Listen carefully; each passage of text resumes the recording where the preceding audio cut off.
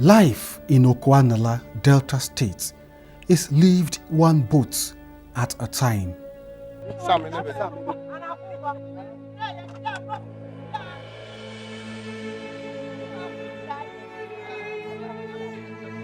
Watch the first elevator here.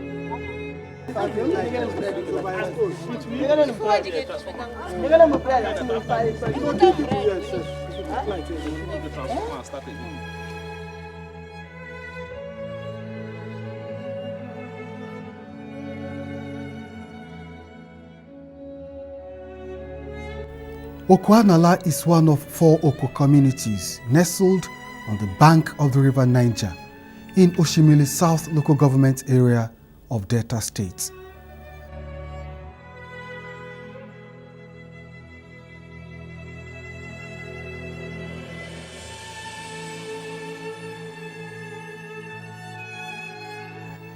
Once overlooking the Niger and drawing sustenance from her many riches, Okoanala is overrun by the river. Majority of the people have fled their community to seek refuge in dry lands.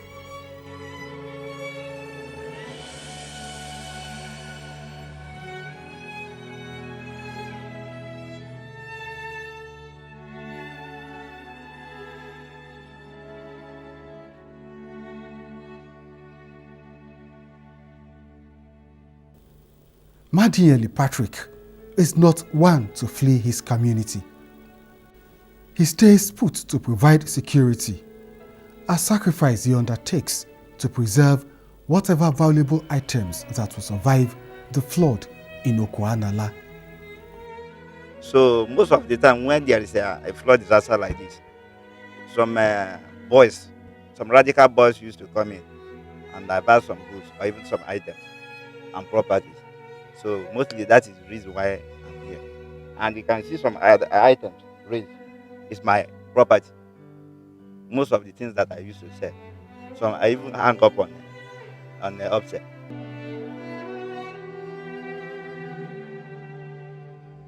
To succeed in this task, he constructs a floating deck just below the roof of his house. Like this, I just use a bamboo tree to construct this Bako bridge. My mattress is here, even my stove and everything, even my tea, anything that I requested, I can even get it here.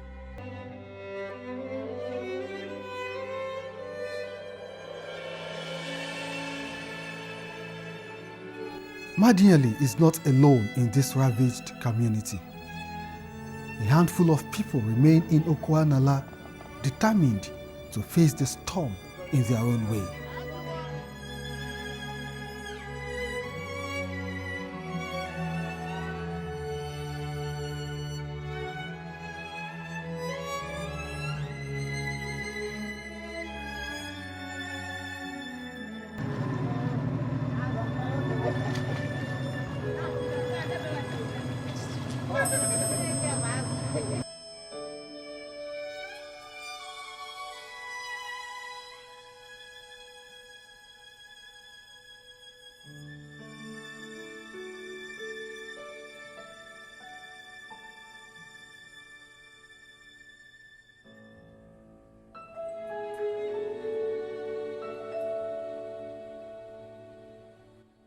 The whole crops, cassava, yam, potato, what can you talk of? all is gone. No school. The school closed since July this year. No school, no hospital. The little hospital we have here, water has carried everywhere. If you look very well now, you will see that this upstairs where I'm staying, the upstairs itself, water has taken the whole ground. I was staying at the first room here, but I have to go up.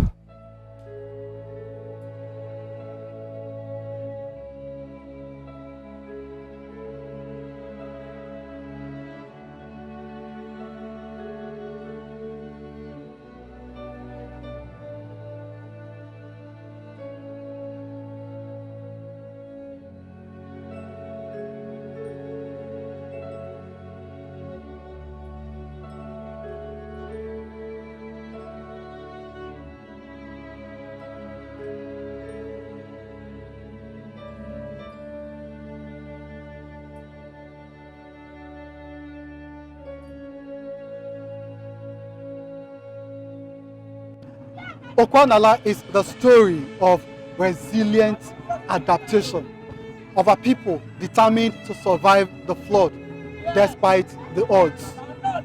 Many have fled the community because of the height of the flood water. But some, like members of this family and others that we've seen in the community, have chosen to stay put because they say they have nowhere to run to.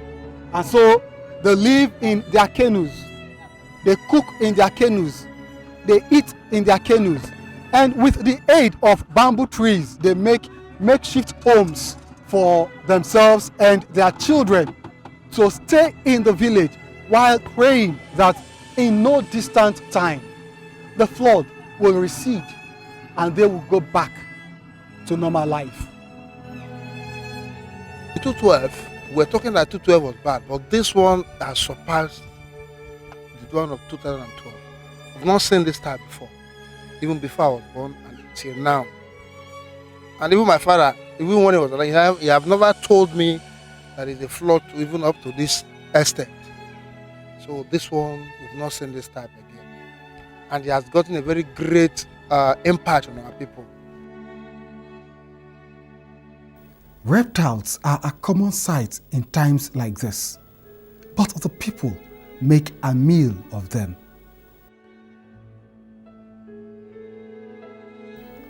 Others simply avoid the encounter by taking refuge in camps like this one in Asaba, the Delta State capital.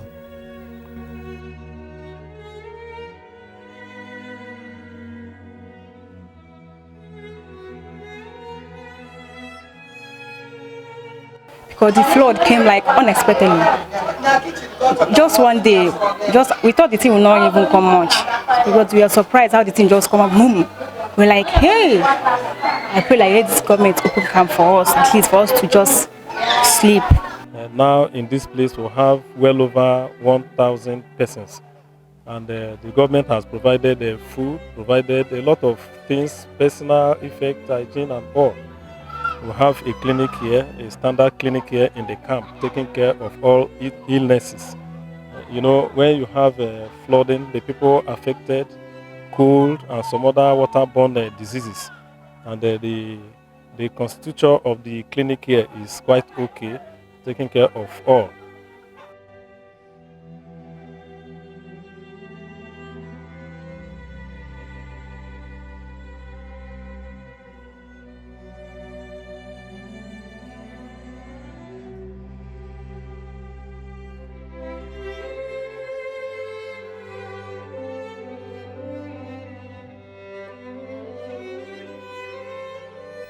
On the opposite side of the river Niger from Oko is Ogbaru local government area of Anambra State. Ogbaru and Oko are like two sides of the same coin. All of the communities in Ogbaru overlooking the river Niger are not looking at the moment. They are drowning in the flood.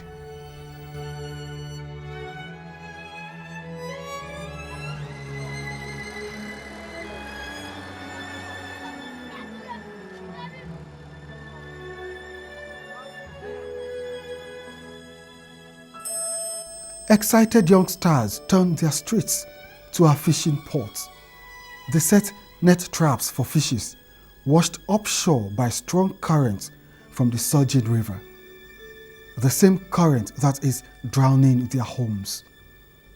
These are students who should be in school, but are not because the schools too are in water. September 25. Confidence Ezechinicherem is rather upset about staying at home when she should be in school. I want to go back because I like my school and I like the subjects they are teaching in our school. I want the water to stop. Let me go back to school. Studying at home is helping her cope with the first holiday caused by the flood. But home study comes with too many distractions, she tells me. The house, if you are reading, they will ask you to come and wash plates. You will not know what you are reading, self. Just like schools, farmlands are also hit hard in Anambra State. Roads have become emergency markets for traders after premature harvests to salvage an entire season's cultivation from total loss.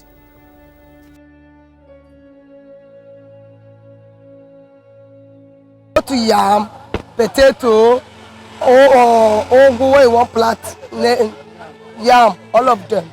Water cover everything, go to house. You just run, come here. Some people die for their place. Within our limited resources, we've responded very expeditiously, promptly, and responsibly. Within, like I said, within the ambit of our resources, we have people in camps where we have to provide them with water, with medical facilities, with infrastructure for people to sleep, food, medicine, and so on and so forth. Even we're putting solar power in several of the camps now to guarantee them access to power, so you can even charge their phones.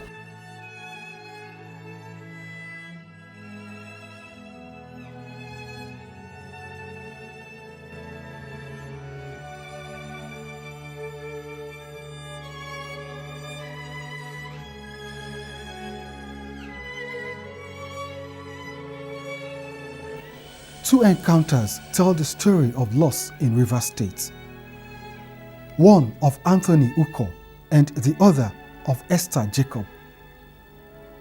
The two of them in Imbiama, a border community between Rivers and Bayelsa states. Anthony Uko is a farmer brooding over imminent losses as he peels off the skin of his first harvest in Imbiama, Ahoda West local government area of Rivers State. Just the flood, we think maybe in an ordinary flood. We don't know say something will affect people. And everywhere don't full for water now. We just enter inside the water, they go because if we live on, no way, this thing don't bring hungry for us. So we just come out so that we can manage and do small garden. You don't see everything don't black. Esther Jacob volunteered to speak with me. She has sad tales of destruction to share. By next week we are supposed to do tests now. I know it's to go to school. Our house have cover, all our house, our generator, our fridge, our cushion chair, all of them have cover. All our cloth are float. No way. All my mother planted 6 farms. She dig away 1 farm. All the farm have lost. Hungry everywhere. You will not even see the money to buy the food safe. That is the problem. So we are crying. Listening to Esther's travails, I decided to see for myself the impact of the flood on her home. It has to be on a canoe, of course.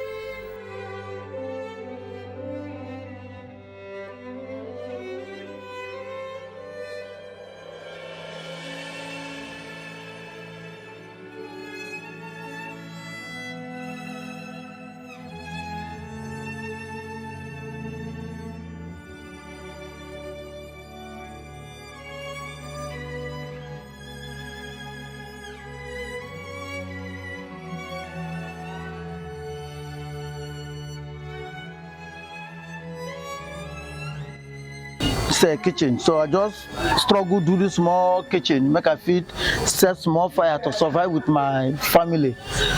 So when the flood come, the children no way to survive, so that is why I shift the children come up from inside the house. So for now, na me with my wife alone.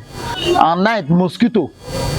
To sleep, no problem. I would sleep with the fear that all my children result don't damage finish. All the result is damage.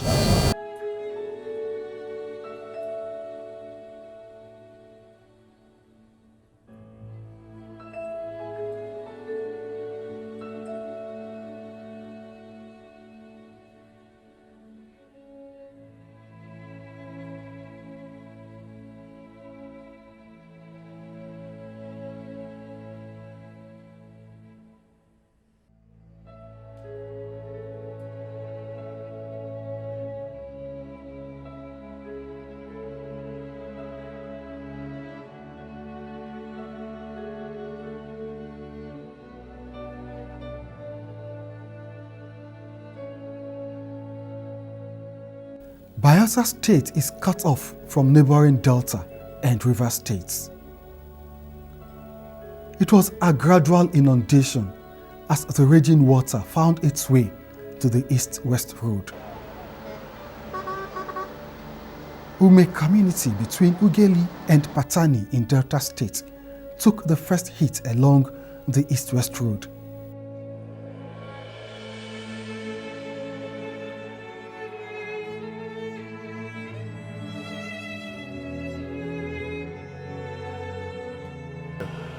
The whole road now, pot to almost cut to pieces. Agiama to Ume, that is the most dangerous place on the road at this moment. The federal road has gotten broken based on the flood. Yes. Now, if you go to my community now, there is no place that we can put our head. My people are suffering. There is no land again. Even in my house that I'm living, nice and safe. Right now, I'm sleeping at the main road because nowhere to put head. The water rose higher, eventually washing off sections of the road. Commuters who had begun their journey out of Bayelsa got the hint midway. We couldn't get a bus because they say the road is blocked. And the ones that are going, they say you have to stop at a place. According to them, the road is cut. Then you either swim across or you enter a canoe across and then you find your way. So we've been stranded here since morning. And the worst of it all is that we cannot even get a vehicle that will take us across the flood. So I am still anticipating. If at the end of the day I'm not able to get a vehicle that will take me across, then I will go back to Inagua.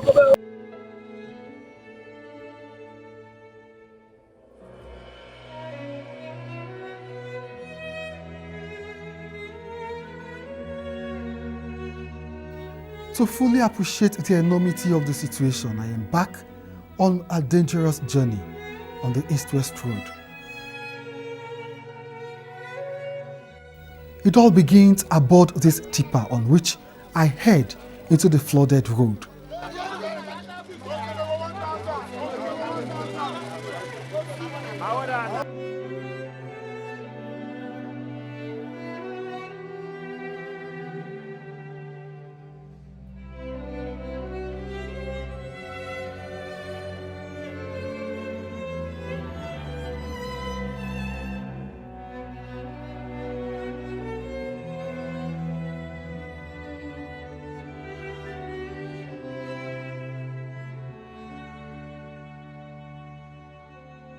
A jungle experience where we are moving with fear because if anything happens, mostly the part of the road that collapse, if we mistakenly get into it, I believe there is none of us that can survive because there is a pressure under of the road because of the water is passing on top of the road.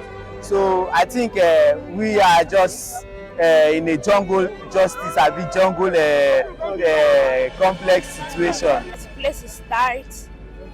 The vehicle has a lot of smoke. The road It's very dangerous.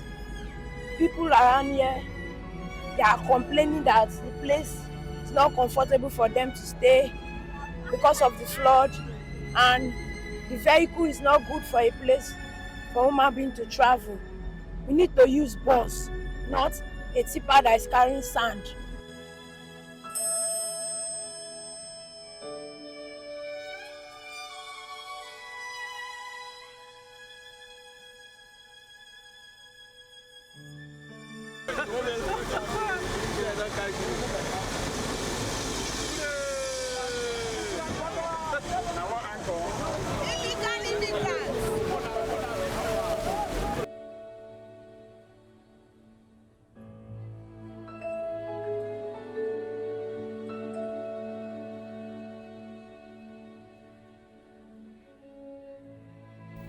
The sights are troubling. Bigger trucks are stuck in the water. I feared for my safety and for the lives of all passengers on board.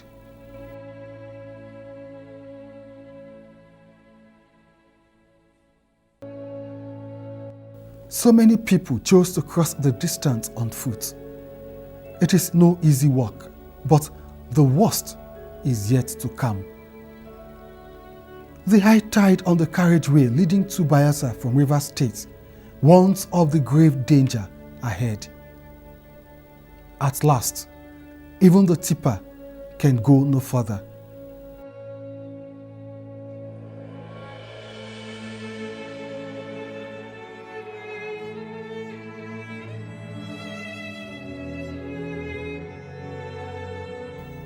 We disembark, luggage on our heads, for the last lap of the infamous journey on the East-West Road.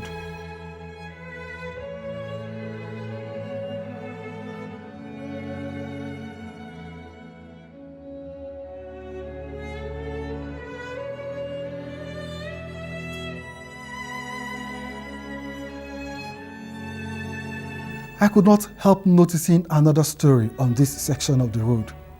It is the story of traders who had only a few days ago gone to Bayelsa from Port Harcourt to purchase plantains.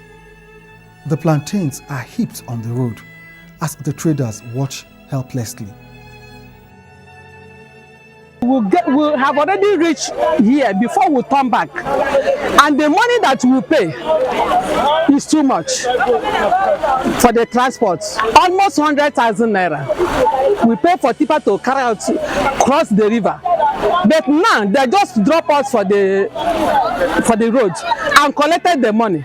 We are looking for a boat to carry us. The boat that carry something this morning just wave inside the river. River carry all the plantain and the everything this early morning. From ripening plantains and bitter losses, the march across the east-west flood continues. Alas, here we are, the point at which we must brace the dangerous crossing or head back to Yenegua.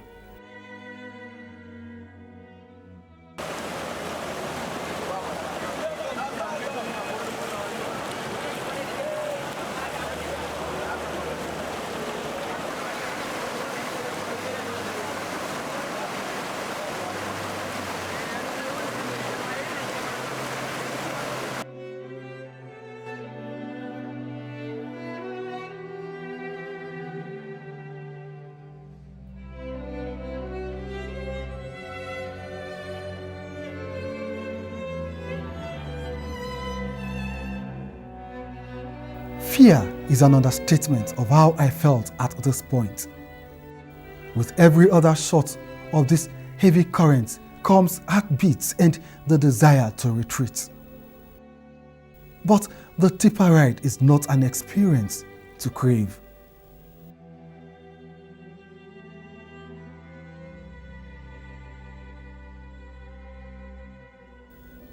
We make the crossing, a death walk of sorts, on the east-west road at the point where a few had been swept away by the water.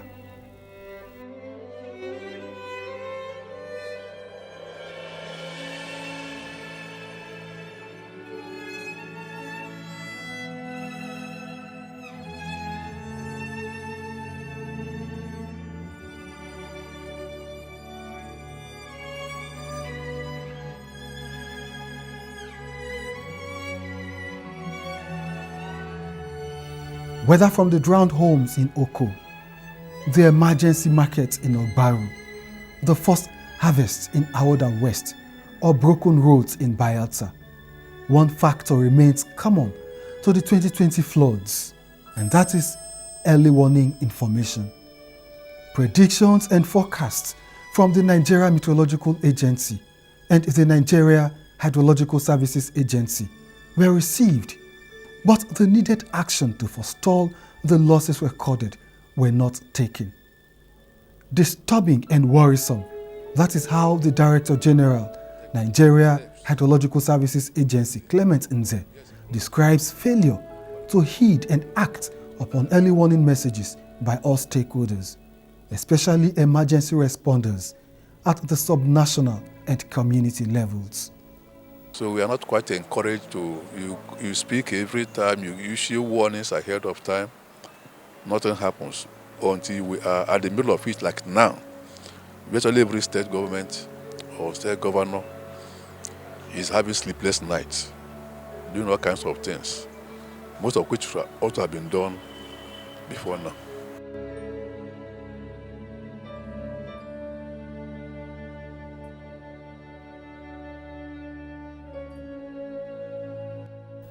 Back to where this story began, Madinyeli is afloat in Okoanala, protecting the labors and hopes of his people. It is a good day in the bad days for Madinyeli. His wife is home to keep him company, howbeit for a short time.